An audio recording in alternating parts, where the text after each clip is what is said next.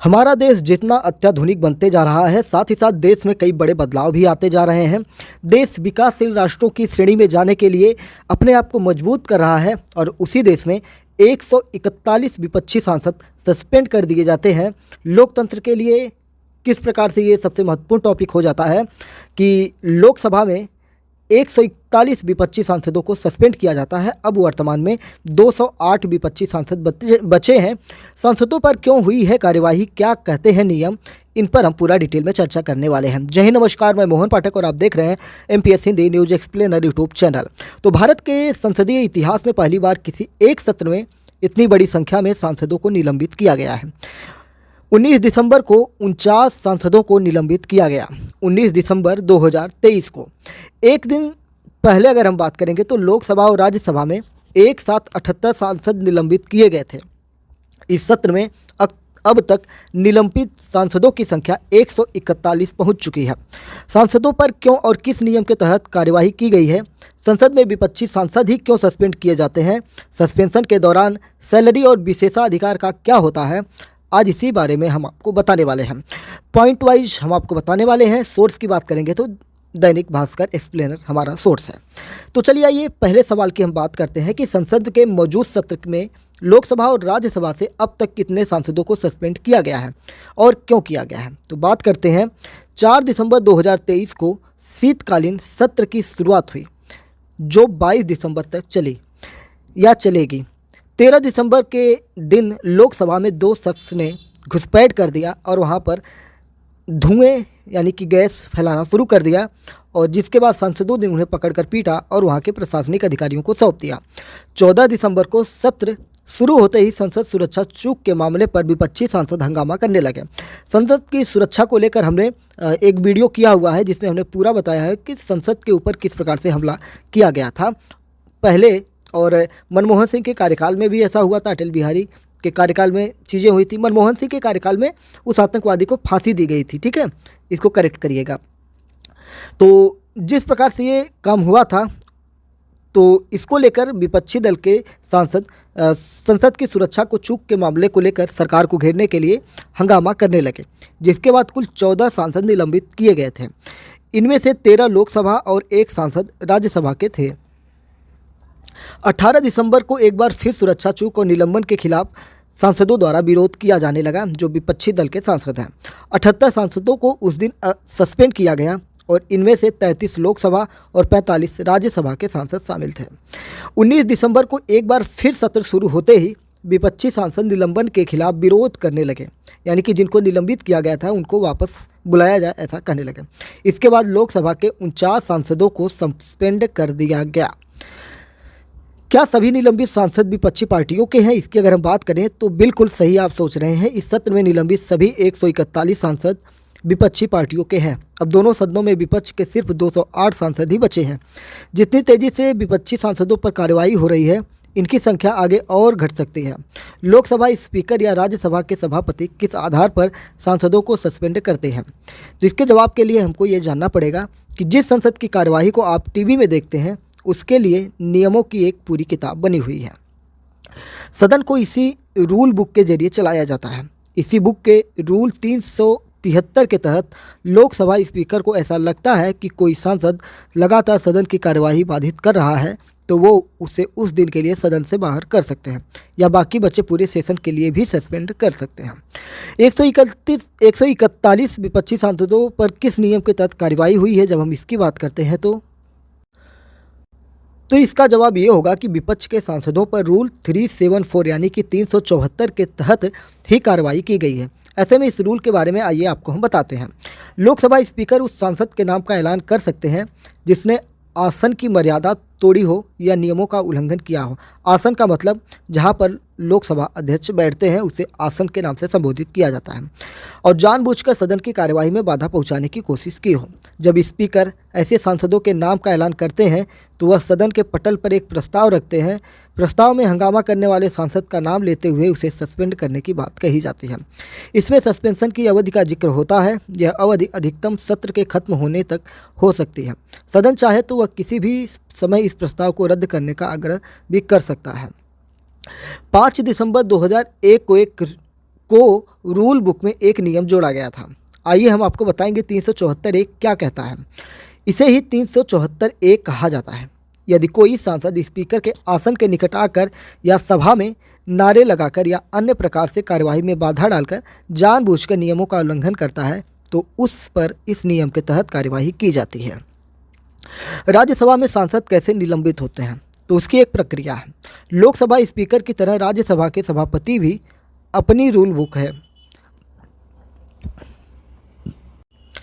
जिस प्रकार से राज्यसभा के सांसदों को निलंबित किया जाता है, आपको बता दें कि लोकसभा के बारे में जो बताया गया सेम वही प्रक्रिया इसमें होती है। इनके अपने रूल बुक हैं। इस रूल 255 के तहत सभापति किसी भी सदस्य को जिसका व्यवहार सदन के लिए खराब हो और वह जानबूझकर कार्यवाही में बाधा डाल रहा हो, वे उसे तुरंत बाहर जाने के लिए कह सकते हैं, यानी सांसद उस दिन की कार्यवाही से सस्पेंड किया जा सकता है। रूल 256 के तहत सभापति उस सांसद का नाम दे सकता है जिसने जानबूझकर नियमों की अनदेखी की हो। ऐसी स्थिति में सदन उस सांसद को सस्पेंड करने के लिए एक प्रस्ताव ला सकता है। यह सस्पेंशन चालू सत्र के लिए हो सकता है। सदन दूसरे प्रस्ताव के जरिए सांसद के सस्पेंशन को खत्म कर सकता है। लोकसभा स्पीकर से इतर राज्यसभा के सभापति के पास किसी सांसद को सस्पेंड करने की शक्ति नहीं होती है। राज्यसभा में सांसदों पर सस्पेंशन की कार्यवाही सदन करता है। अब हम क्वेश्चन नंबर 5 पे आते हैं।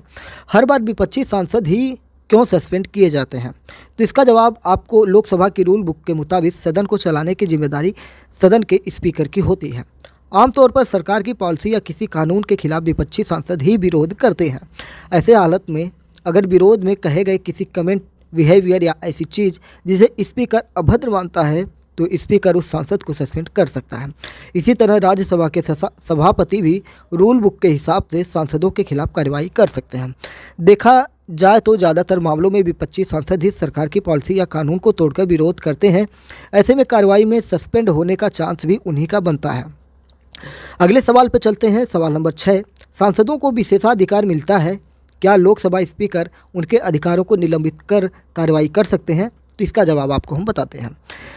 भारत में संसद में किए गए किसी भी व्यवहार के लिए कोई सांसद किसी कोर्ट के प्रति उत्तरदायी नहीं होता है। यह ताकत उसे संविधान के आर्टिकल 105(2) के तहत मिली हुई है, यानी संसद में कही गई किसी भी बात को कोर्ट में चैलेंज नहीं किया जा सकता है। लेकिन इसका मतलब यह नहीं कि सांसदों को संसद में कुछ भी करने की छूट मिल जाती है। एक सांसद जो कुछ भी कहता है वो राज्यसभा और लोकसभा के रूल बुक के कंट्रोल में होता है। इस पर सिर्फ लोकसभा स्पीकर और राज्यसभा के सभापति ही कार्रवाई कर सकते हैं। सांसद सदन में ये 4 चीज़ें नहीं कर सकते हैं। वो 4 चीज़ें क्या हैं, आपको जानना महत्वपूर्ण है। राज्यसभा और लोकसभा सांसदों को संसदीय शिष्टाचार के कुछ नियमों का पालन करना जरूरी होता है। जैसे सांसदों को दूसरे के भाषण को बाधित नहीं करना चाहिए, शांति बनाए रखनी चाहिए, यानी कि कोई अगर बोल रहा है तो उसको टोक नहीं सकते हैं। ये रूल नंबर 1 है। दूसरा है, बहस के दौरान टिप्पणी करके कार्यवाही में बाधा नहीं डालनी चाहिए। तीसरा है, विरोध के नए रूपों के कारण 1989 में इन नियमों को इसमें शामिल किया गया है।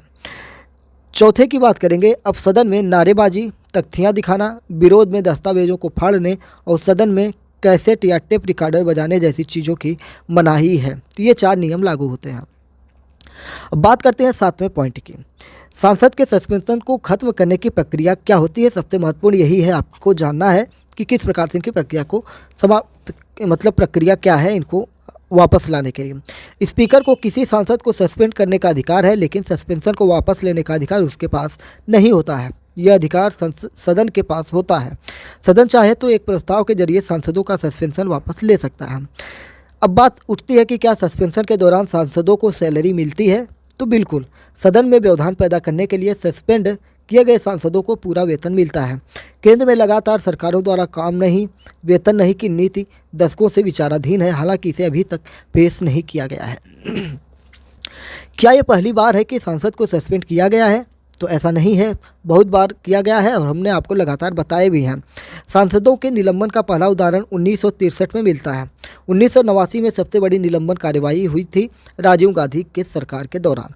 सांसद पूर्व प्रधानमंत्री इंदिरा गांधी की हत्या पर ठक्कर कमीशन की रिपोर्ट को संसद में रखे जाने पर हंगामा हुआ था। तो याद रखिएगा, ठक्कर कमीशन की जब रिपोर्ट राजीव गांधी के सरकार में की जा रही थी तब ये हंगामा हुआ था।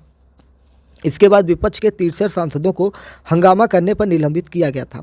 एक दिन बाद माफ़ी मांगने पर निलंबन वापस ले लिया गया था।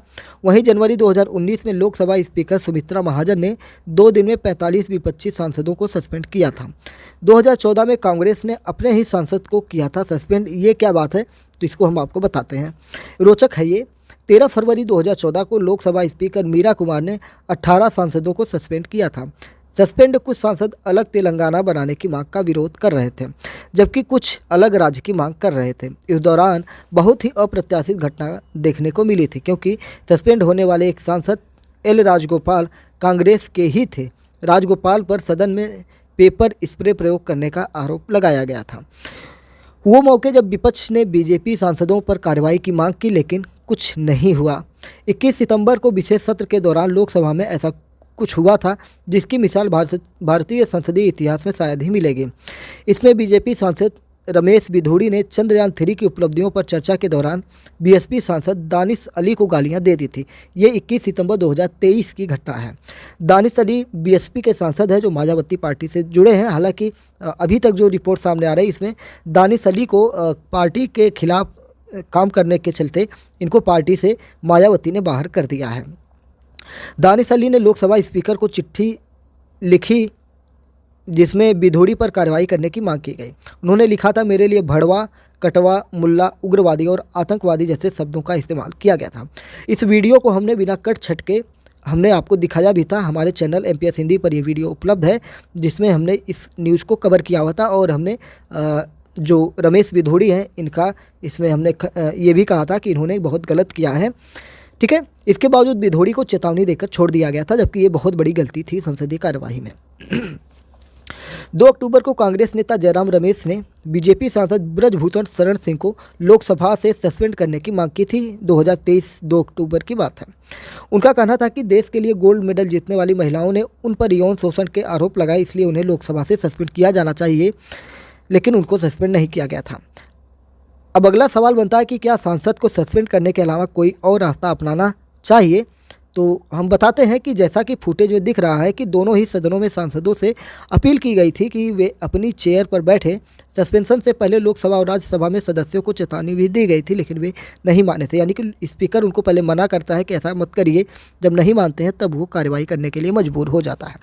लोकसभा के पूर्व महासचिव और संविधान विशेषज्ञ GC मल्होत्रा के मुताबिक इस गतिरोध को सदन के बाहर भी खत्म किया जा सकता है।